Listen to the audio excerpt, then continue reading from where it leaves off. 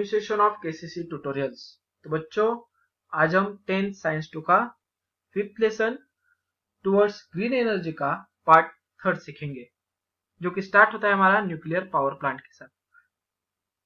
पिछले पार्ट में हमने थर्मल एनर्जी पावर प्लांट देखा था।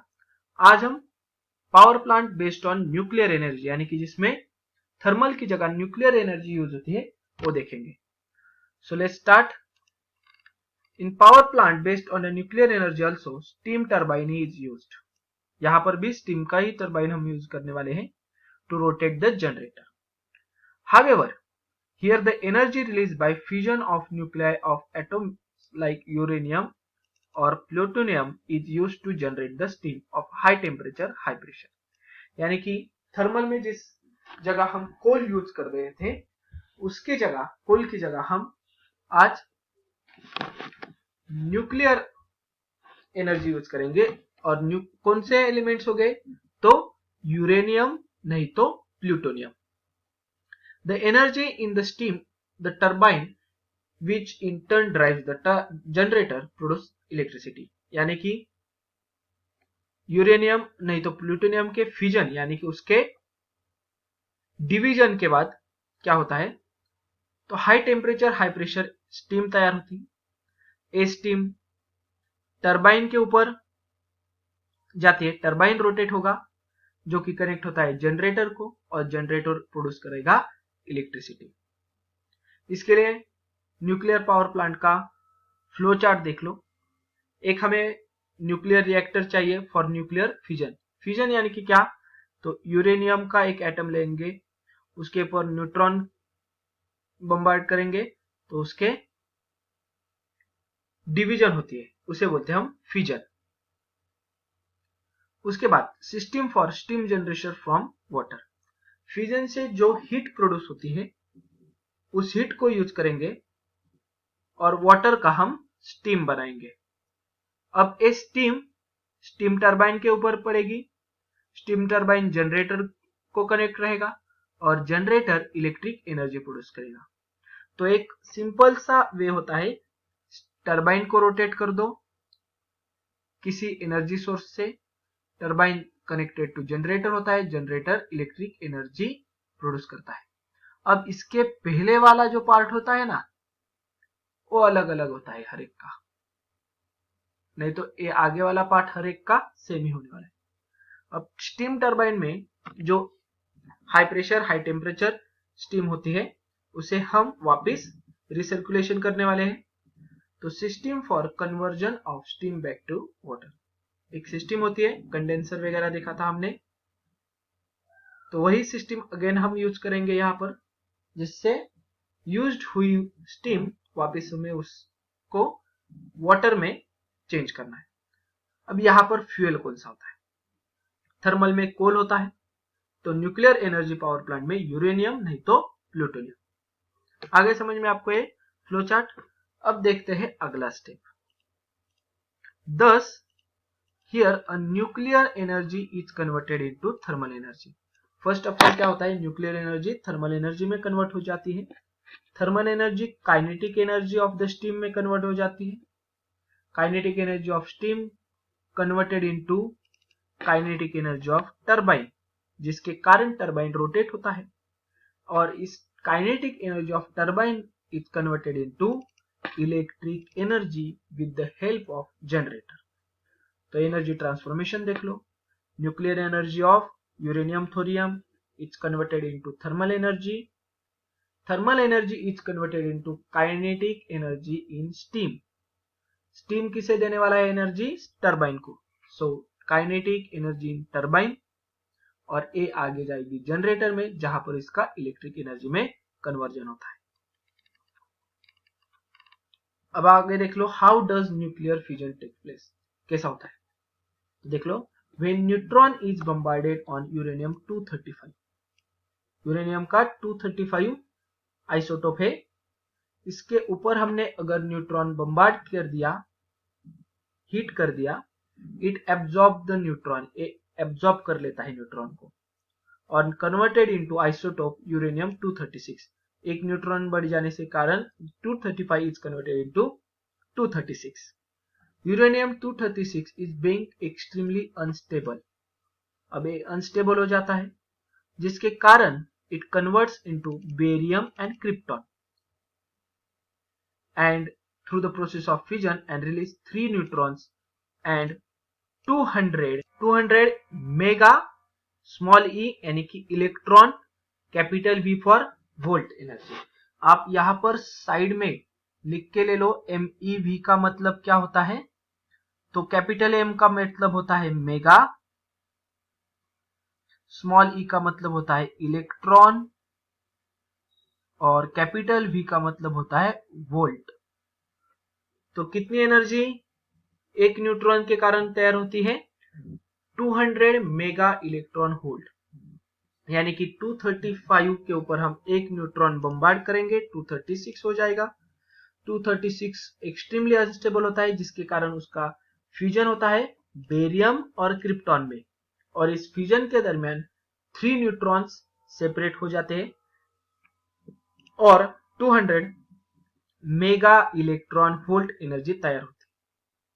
The 3 neutrons generated in this process cause fusion of 3 other uranium 235। अब ये जो 3 न्यूट्रॉन्स है, अगेन ये हिट करेंगे 235 को, तो क्या होगा, अगेन न्यूक्लियर फ्यूजन होगा। उस तीनों के साथ हर एक का देख लो, एक न्यूट्रॉन डाल दिया हमने तो उससे 3 न्यूट्रॉन पैदा हुए, प्रोड्यूस हो गए। 3 से क्या होगा, पहले वाले के 3, दूसरे वाले के 3, तीसरे वाले के 3, इसे अब 9 न्यूट्रॉन तैयार होंगे।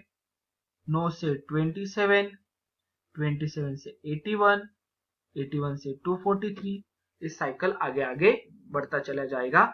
ऐसा प्रोसेस आगे फ्यूजन का चलता जाएगा। ओके, अब अगले पेज पर देखते हैं हम। The neutrons released in the reaction release more energy through fusion of more uranium nuclei।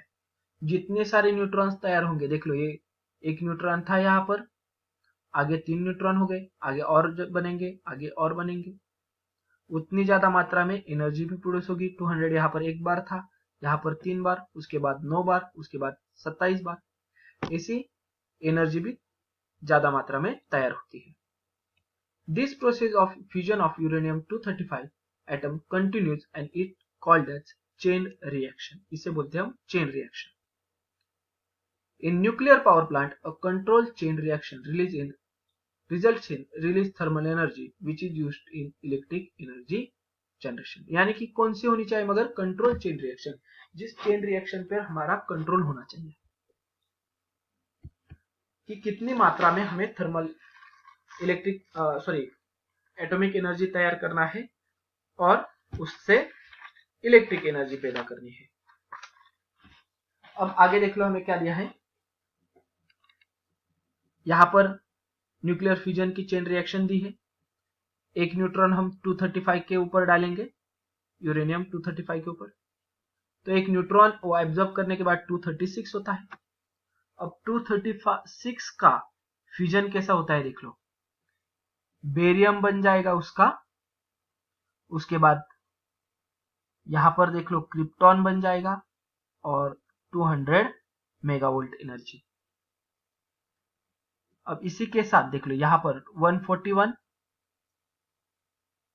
Plus krypton का कितना है 92, इसके एडिशन करके देख लो आपको आएगी 233। अब न्यूट्रॉन हो गए 233, फिर तो ये 3 न्यूट्रॉन अलग से जनरेट होंगे, यानी कि रिलीज हो जाएंगे। ये 3 न्यूट्रॉन वापिस 235 को हिट करेंगे, इसे आगे आगे चेन रिएक्शन बढ़ता जाएगा। यहां पर हमें 200 मेगावोल्ट एक बार मिला था, उसके बाद 3 बार मिलेगा, उसके बाद वापिस इससे 3 बार मिलेगा, इससे 3 बार मिलेगा, इससे 3 बार मिलेगा, यानी कि 9 बार बनेगा इसके अगले वाले रिएक्शन में। इसी एक चेन रिएक्शन बढ़ती जाती है। इंटरनेट इज माय फ्रेंड में आपको प्लेसेस दिए कहां पर न्यूक्लियर पावर प्लांट है। अब इनके स्टेट्स देखते हैं और उनकी कैपेसिटी, तो आप लिख के ले लो। कुंडनकुलम ये आता है तमिलनाडु में। कहां पर आएगा? तमिलनाडु में। और इसकी कैपेसिटी जो है वो है 6000 मेगावाट। इसकी कैपेसिटी है 6000 मेगावाट। तारापुर है महाराष्ट्र में और इसकी कैपेसिटी है 1400 मेगावाट। रावरभाता ये आता है राजस्थान में और इसकी कैपेसिटी है 1180। और कैगा पावर प्लांट है वो आता है कर्नाटका में, जिसकी कैपेसिटी है 880 मेगावाट। ये आप पूरा चार्ट लिख के ले लो। उसके बाद हम अगला देखते हैं। अब आगे देख लो, schematic of nuclear power plant. अब स्केमेटिक भी मैं पूरा एक्सप्लेन कर देता हूं आपको, तो देख लो। अब यहां पर क्या है? ये टैंक हो गया, अब ये बॉयलर है, ओके, और ये वाला न्यूक्लियर रिएक्टर। अब इसमें प्रोसेस क्या होती है? पंप से कूलिंग वाटर आता है जो कि यहां से न्यूक्लियर रिएक्टर के साइड से गुजरेगा और गर्म हो जाएगा पानी बॉयलर में। अब यहां की थर्मल एनर्जी बॉयलर के जो पानी था वो बॉयलर में स्टीम बनेगा, हीट एनर्जी मिलेगी। तो अब ये स्टीम जाएगी आगे, कहां पर? तो टरबाइन के ऊपर, जिसके कारण टरबाइन घूमेगा। Turbine is connected to generator और जनरेटर क्या करता है? इलेक्ट्रिक एनर्जी प्रोड्यूस करता है। अब टरबाइन पर जो high pressure high temperature steam हमने डाली थी वो यूज की गई, उसके बाद वो low pressure low temperature steam बन जाएगी, वो आएगी नीचे, जो कि वापिस कंडेंसर से कूलिंग टावर तक जाएगी। कूलिंग टावर से पानी जो आता है वो होता है कोल्ड वाटर। कूलिंग टावर में वार्म वाटर जाता है मगर आता है कोल्ड वाटर। अगेन वो हम यूज करेंगे यहां पर रिसर्कुलेशन में। ऐसा काम करता है न्यूक्लियर पावर प्लांट।